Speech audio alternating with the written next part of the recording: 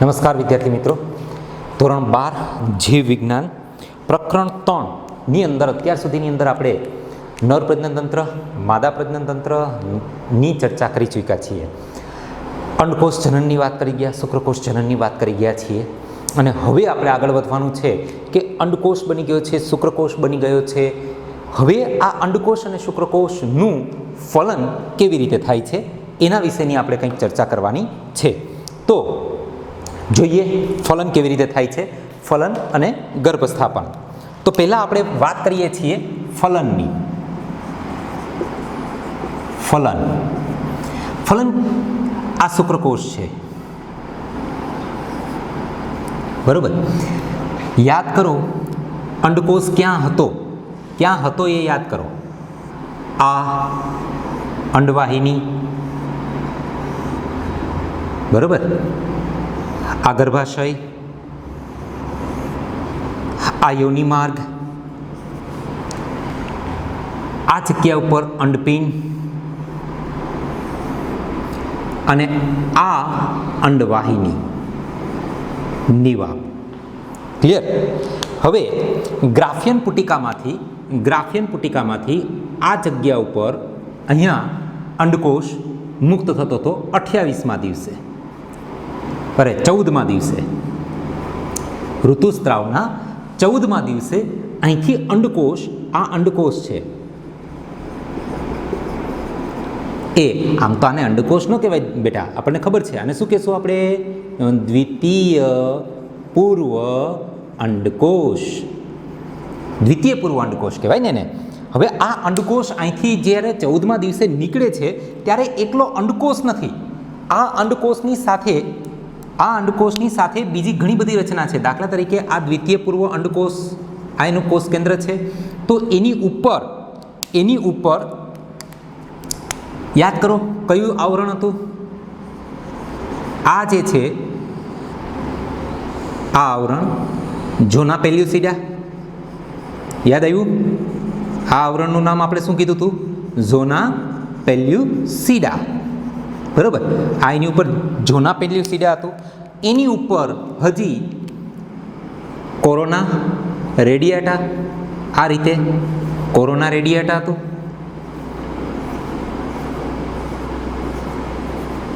અને આની ઉપર પછી ગ્રંથીય કોષ ને એન્ટ્રમ ને જે હતું એ આની ઉપર હતું, બરોબર છે. તો આ આટલી વસ્તુ, આ આટલું આખું આ એકલો અંડકોષ બહાર નથી નીકળતો. અંડકોષ પાકની અંદર અંડપિંડમાંથી એકલો અંડકોષ નથી બહાર નીકળતો, એની સાથે ઝોના પેલ્યુસિડા પણ બહાર નીકળી જાય છે. આ જે છે એનું નામ ઝોના પેલ્યુસિડા છે, આપણને ખબર છે, ઝોના પેલ્યુસિડા છે. આ જે છે આ કોરોના રેડિયેટા છે, એટલે ઝોના પેલ્યુસિડા, કોરોના રેડિયેટા અને દ્વિતીય પૂર્વ અંડકોષ, આટલી બધી વસ્તુ અંડપિંડમાંથી બહાર નીકળી ગઈ અને હવે આ અંડપિંડમાંથી બહાર નીકળી અને અંડવાહિની નિવાપની અંદર ધીરે ધીરે આ તરફ આગળ વધે છે. હવે આપણને એમ થાય કે સર આની પાસે ન તો કસા છે, ન તો પક્ષ્મ છે, ન તો કોઈ પણ પ્રકારના ઉપાંગો છે. તો પછી આ અહીંથી હલનચલન કરીને અહીંયા સુધી કેવી રીતે પહોંચતું હશે, આગળ કેવી રીતે જતું હશે? તો તમને યાદ કરાવી દો બેટા, આપણે ધોરણ 11ની અંદર પેશીઓ ભણ્યા હતા. એમાં એક પેશી ભણ્યા હતા પક્ષ્મલ અધિચ્છદ. યાદ કરો, પક્ષ્મલ અધિચ્છદ ભણ્યા હતા ને. આ પક્ષ્મલ એટલે પક્ષ્મવાળા કોષો, આ જગ્યા ઉપર પક્ષ્મલ અધિચ્છદ હશે. અને આ પક્ષ્મલ અધિચ્છદની અંદર ઉપરની તરફ છે એ પક્ષ્મ હશે અને એના હલનચલનને કારણે આ અંડકોષ, એટલે ખાલી અંડકોષ ન કહેવાય, એની સાથે ઝોના પેલ્યુસિડા અને કોરોના રેડિયાટા, આ બધી જ વસ્તુ ધીરે ધીરે આગળ વધશે. અહીંયા આપણને ખબર છે એમ્પ્યુલા, તુંબિકા આવશે, તુંબિકા પછી ઇથમસ આવશે અને આ ઇથમસમાં આવી અને આ અંડકોષ ત્યાં બેસી ગયો. અંડકોષની ઉંમર કેટલી, અથવા અંડકોષ ક્યાં સુધી સક્રિય રહી શકશે, અથવા અંડકોષનું અહીંથી મુક્ત થયા અને અહીંયા સુધી પહોંચ્યા પછી કેટલા સમય સુધી એ સક્રિય રહેશે? તો યાદ રાખજો બેટા, 24 કલાક. 24 કલાક. જો આ 24 કલાકની અંદર આ 24 કલાકની અંદર શુક્રકોષ એને મળી જશે તો ફલન થશે, પરંતુ 24 કલાકમાં જો એને શુક્રકોષ નહીં મળે તો પછી એનું આગળ ફલન થશે નહીં. એ અહીંથી યોનિ માર્ગ દ્વારા શરીરની બહાર નીકળી જશે. એટલે 24 કલાકના આયુષ્યવાળો અંડકોષ આ જગ્યા ઉપર આવીને બેસી ગયો છે, રાહ જુએ છે શુક્રકોષ આવે, શુક્રકોષ આવે, શુક્રકોષ આવે ને.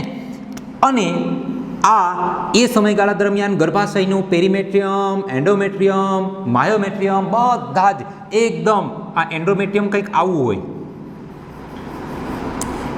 આ એન્ડોમેટ્રિયમ વિકસિત થઈ ગયું આ રીતનું, બરોબર. અને બધું જ તૈયાર છે, રેડી છે. જો આને શુક્રકોષ મળી ગયો તો ગર્ભ બની ગયો, અને ગર્ભ બની જાય તો એના સ્થાપન માટેની બધી જ પૂર્વ તૈયારી થઈ ગઈ છે. કારણ કે અંડપિંડે પ્રોજેસ્ટેરોન ઉત્પન્ન કર્યું હતું, યાદ કરો, કોર્પસ લ્યુટિયમે કર્યું હતું ને. તો એ કોર્પસ લ્યુટિયમે આ બધી જ તૈયારી કરી રાખી છે કે જો ગર્ભ બન્યો તો આપણે કમ્પ્લીટ તૈયાર છીએ એને. અને એ સમયગાળા દરમિયાન જો યોનિ માર્ગ દ્વારા શુક્રકોષનો ત્યાગ, આ જગ્યા ઉપર યોનિ માર્ગ છે, અને આ યોનિ માર્ગની અંદર શુક્રકોષનો જો ત્યાગ થશે, શુક્રકોષનો જો ત્યાગ થશે નર દ્વારા, તો આની અંદર આપણને ખબર છે 200 થી 300 મિલિયન શુક્રકોષ આની અંદર ઠાલવી દેવામાં આવશે. 200 થી 300 મિલિયન, મિલિયન એટલે 10 લાખ થાય બેટા, આપણને ખબર છે. 200 થી 300 મિલિયન આની અંદર ઠાલવી દેવામાં આવે છે. પરંતુ આ અંડકોષ સુધી માત્ર 200 થી 300 જ શુક્રકોષ પહોંચશે. વિચાર કરો, યોનિ માર્ગની અંદર 200 થી 300 મિલિયન શુક્રકોષનો ત્યાગ કરવામાં આવે છે, જ્યારે એની સામે અંડકોષ પાસે 200 થી 300 જ, માત્ર 200 થી 300 જ શુક્રકોષ પહોંચશે. એટલે પર મિલિયન એક શુક્રકોષ પહોંચે. 10 લાખ શુક્રકોષમાંથી એક શુક્રકોષ અહીંયા પહોંચશે. કલ્પના કરો, 10 લાખ શુક્રકોષમાંથી, એટલે 9,99,999 શુક્રકોષનો કત્લેઆમ થઈ જશે, અહીંયા મૃત્યુ પામશે. અહીંયા કેવી રીતે? હવે જોજો, શુક્રકોષ આગળ વધે છે અને આ ગર્ભાશયની અને યોનિ માર્ગનો આ જે આખો આવરણ છે, આ આખો ભાગ છે, આપણને ખબર છે આ ભાગ કેવો હતો? એસિડિક હતો, અમ્લીય હતો. અને શુક્રકોષને અમ્લીય વાતાવરણ સૂટ થાય નહીં. એટલા માટે જ શુક્રકોષ જે પર્યાવરણમાં હતું એને આપણે વીર્ય તરીકે ઓળખતા હતા. અને આ વીર્યની અંદર વીર્ય કેવું હતું? તો કે એ બેઝિક હતું ને. એ બેઝિક વાતાવરણની અંદર રહી શકતા હતા, પરંતુ એસિડિક વાતાવરણમાં રહી શકે નહીં. અને આ યોનિ માર્ગનું આખું જે પર્યાવરણ છે, જે એટમોસ્ફિયર છે, એ કેવું છે? એસિડિક છે. શું થશે કે જ્યારે આ બેઝિક વીર્ય છે એ બેઝિક છે, એટલે આ એસિડિકને તટસ્થ કરવા પ્રયત્ન કરશે, પરંતુ જ્યાં સુધી એ તટસ્થ કરવા પ્રયત્ન કરશે ત્યાં સુધી તો કેટલા બધા શુક્રકોષનો નાશ થઈ ગયો હશે અહીંયા, એને ઘણા બધા શુક્રકોષ અહીંયા મૃત્યુ પામ્યા હશે, આગળ વધી જ નહીં શકે. પછી ધીરે ધીરે આ વીર્યનું બેઝિક પ્રવાહી છે એ આ પર્યાવરણને ધીરે ધીરે તટસ્થ કરવા પ્રયત્ન કરતું જાય, એમ થોડા છે એ શુક્રકોષો આગળ વધતા જાય. આ શુક્રકોષો આગળ વધે. હવે અહીંયા આવી ગયા, એટલે 50%થી પણ ઓછા શુક્રકોષો આ જગ્યા ઉપર આવી ગયા, હે ને. અહીંથી તરતા આ જગ્યા ઉપર આવ્યા તો એ આની અંદર જે પ્રવાહી ભરેલું છે એ પ્રવાહીની અંદર તરે તો એની સ્પીડ કેટલી હોય? તો કે 1.5 થી 3 મિલીમીટર પર મિનિટની સ્પીડે દોડે. એની પાસે પૂંછડી છે એટલે આમ ગોળ ફરશે પૂંછડી, અને ગોળ પૂંછડી ફરશે એટલે એની સ્પીડ કેટલી હશે? 1.5 થી 3 મિલીમીટર પ્રતિ મિનિટ. 1 મિનિટની અંદર એટલા મિલીમીટરનું અંતર કાપી અને ધીરે શુક્રકોષ છે એ પોતાની મંજિલ તરફ આગળ વધે છે. હવે આ શુક્રકોષ છે એ ગર્ભાશયના પોલાણમાં આવી ગયું, અને ગર્ભાશયના પોલાણની અંદર આવશે ત્યારે આ ગર્ભાશયની દિવાલ છે એ એના ઉપર કેટલા બધા સ્ત્રાવ કરશે.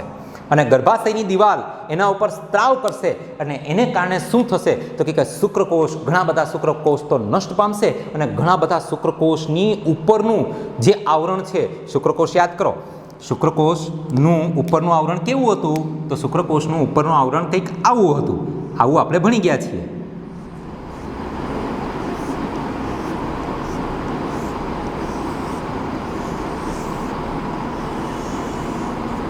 બરાબર. અને આ જગ્યા ઉપર આ ભાગ હતો, આને એક્રોઝોમ કહેતા હતા. આ જગ્યા ઉપર આપણો નરજન્યુ હતા. આ જગ્યા મધ્ય ભાગ છે, આ ગ્રીવા છે, આવું આપણે ભણી ગયા છીએ આગળ. આ મધ્ય ભાગ છે, આ પૂંછડી છે. અને આની ઉપર કારણ કે આ એક કોષ છે તો કોષને કોષરસ પટલ તો હોવાનું જ. તો આ રીતે આની ઉપર કોષરસ પટલ આવેલું હોય. બરાબર. તો અહીંયા જે સ્ત્રાવ થાય છે, આ સ્ત્રાવ એ શું કરશે? આની ઉપરનું જે આ કોષરસ પટલ છે, ખાસ કરીને આ જે શીર્ષ છે એની ઉપરનું જે આ કોષરસ પટલ છે એ કોષરસ પટલને ઘસી કાઢશે. ઘસી કાઢી અને એને તોડી પાડશે. શું કામે તોડી પાડશે? કારણ કે જ્યારે એ અંડકોષ પાસે જશે, આ અંડકોષ પાસે જશે ત્યારે આ નરજન્યુને માદાજન્યુ સાથે ફલન કરવાની અંદર એને કોષરસ પટલ છે એ અડચણરૂપ થશે. માટે આનો જે સ્ત્રાવ છે, આનો ગર્ભાશયની દિવાલનો જે સ્ત્રાવ છે એ એના એક્રોસોમની ઉપર આવેલું, આ શીર્ષની ઉપર આવેલું કોષરસ પટલ, આમ તો બધા જ કોષરસ પટલને અસર કરશે પરંતુ શીર્ષના કોષરસ પટલને વધારે અસર કરશે. અને શીર્ષ ઉપરનું કોષરસ પટલ છે એ લગભગ નષ્ટ થઈ જશે. અને હવે તેમ છતાં પણ મહેનત કરીને, સ્ટ્રગલ કરીને, ખૂબ જ પુષ્કળ પ્રયત્ન કરીને હજી આ શુક્રકોષ આગળ વધે છે. હવે એની પાસે કંઈક એડ્રેસ તો હોય નહીં કે અંડકોષ આ તરફથી મુક્ત થયો છે કે આ તરફથી મુક્ત થયો છે. અંડપીંડ અહીંયા પણ છે, તો આ તરફથી મુક્ત થયો છે કે આ તરફથી મુક્ત થયો છે, એવું કંઈ શુક્રકોષને ખબર હોય? એટલે એમાંથી અડધા શુક્રકોષ પાછા આ બાજુ જતા રહેશે, અડધા શુક્રકોષ પાછા આ બાજુ જતા રહેશે. તો આ બાજુ પહોંચતા સંખ્યા કેટલી થઈ જશે? માત્ર 200 થી 300. વિચાર કરો, 200 થી 300 મિલિયન આવ્યા હતા, એમાંથી માત્ર પહોંચ્યા કેટલા? 200 થી 300. હવે આ શુક્રકોષ છે એની મંજિલ સુધી પહોંચી ગયા છે. એટલે કે આ શુક્રકોષ આ અંડકોષ સુધી પહોંચી ગયા છે. અને આ અંડકોષ ઉપર આ રીતે 200 થી 300 ની આસપાસ શુક્રકોષ આ અંડકોષને ઘેરી લેશે. બરોબર. હવે વિચાર કરો, આ રીતે આમ ઘેરી લીધા છે એને, પણ આની ઉપર બે આ અંડકોષ છે એની ઉપર બે આવરણ આવેલા છે, બે પ્રોટેક્શન લેયર છે. એક છે કોરોના રેડિયેટા છે અને બીજું જે છે એ છે ઝોના પેલ્યુસિડા. એટલે હવે આ શુક્રકોષ બધા જ શુક્રકોષ છે એ આ બંને આવરણ તોડવા માટે પ્રયત્ન કરશે. અને બંને આવરણ તોડી અને જે અંદર એન્ટ્રી કરી જશે એ લકી, એ આની સાથે ફલન કરશે અને ફલન કરી અને એના પછીની પેઢીમાં રૂપાંતરિત થશે એટલા બધા શુક્રકોષમાંથી. બરાબર. તો હવે અહીંથી સ્ટ્રગલ ચાલુ થાય છે. શેનો સ્ટ્રગલ? આ શુક્રકોષને આ અંડકોષની અંદર એન્ટર થવાનો સ્ટ્રગલ ચાલુ થાય છે. એના માટે બે રિએક્શન છે બેટા, બે રિએક્શન. એક જે છે રિએક્શન એનું નામ છે એક્રોસોમલ રિએક્શન અને બીજું રિએક્શન છે એનું નામ છે કોર્ટિકલ રિએક્શન. બરોબર. આ એક્રોસોમલ રિએક્શન અને કોર્ટિકલ રિએક્શન છે, એના માટે બીજો શબ્દ પણ વપરાય છે. એના માટે બીજો શબ્દ કંઈક આવો છે. આના માટે ફાસ્ટ બ્લોક અને આના માટે સ્લો બ્લોક પણ વપરાય છે. તો ફાસ્ટ બ્લોક અને સ્લો બ્લોક આ બંને શબ્દ આના માટે વપરાય છે. એક્રોઝોમલ રિએક્શન એટલે આ એક્રોઝોમ છે, આ ભાગને આપણે એક્રોઝોમ કીધું હતું, યાદ કરો. આ એક્રોઝોમ જે રિએક્શન કરશે, જે પ્રક્રિયા કરશે એને આપણે એક્રોઝોમલ રિએક્શન કહીશું. અને કોર્ટિકલ રિએક્શન એટલે શું? તો કે આ જે અંડકોષ, દ્વિતીય પૂર્વ અંડકોષ છે એની અંદર કોર્ટિકલ ગ્રેન્યુલ્સ એટલે કણિકાઓ આવેલી હશે. આ રીતે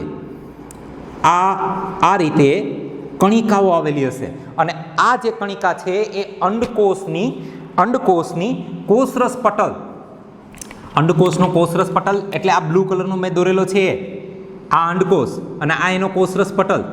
તો અંડકોષના કોષરસ પટલની અંદરની તરફ આવેલું હોય. કોણ?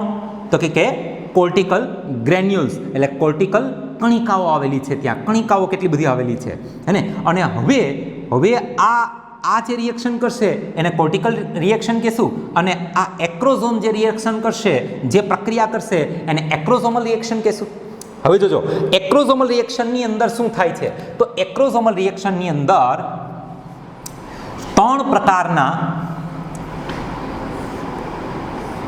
પ્રકારના અંતઃસ્ત્રાવો અહીંથી નીકળશે એક્રોઝોમમાંથી. આ એક્રોઝોમ છે એમાંથી ત્રણ પ્રકારના અંતઃસ્ત્રાવ. એક અંતઃસ્ત્રાવ છે એનું નામ છે હાયલ્યુરોનિડેઝ, બરોબર. બીજો જે છે એનું નામ છે કોરોના પેનિટ્રેટિંગ